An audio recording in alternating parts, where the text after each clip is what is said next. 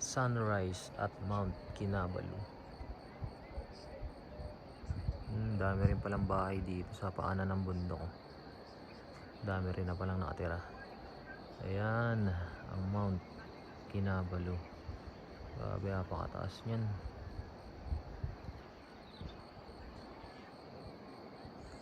Talagang inabangan ko to eh. Kanina pa ako dito eh. 5:45 AM. Inabangan ko talaga yung pagsikat ng araw.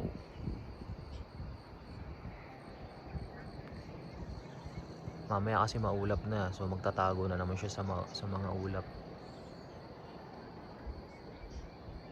Kaya gantong oras talaga siya magandang pagmasdan. Kitang kita mo yung kanyang kagandahan. Yan, ang dami na rin bahay dito sa papaanan ng bundok.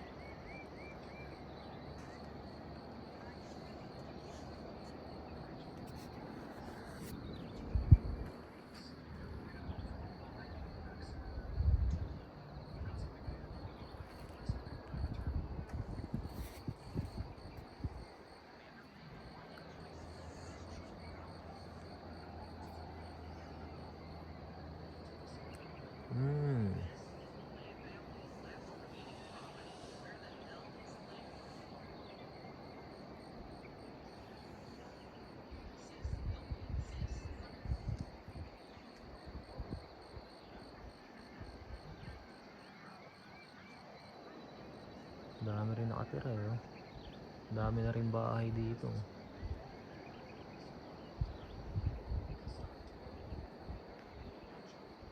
Ito yung mga bahay dito. Dami na rin mga nakatira. Mga magsasaka siguro to. Ang daming pananim eh. Mostly palay. Palayan. Mga pananim.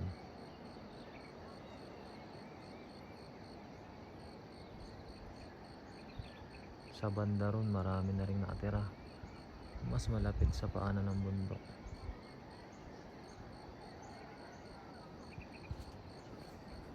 Pagsasaka yung mga pangunahing pangkabuhayan nila. Ayan, ang dami mga palayan. Mga pananim. Oh, grabe, ganda. Mamaya matatakpan na siya ng ulap. Magtatago na naman siya sa ulap.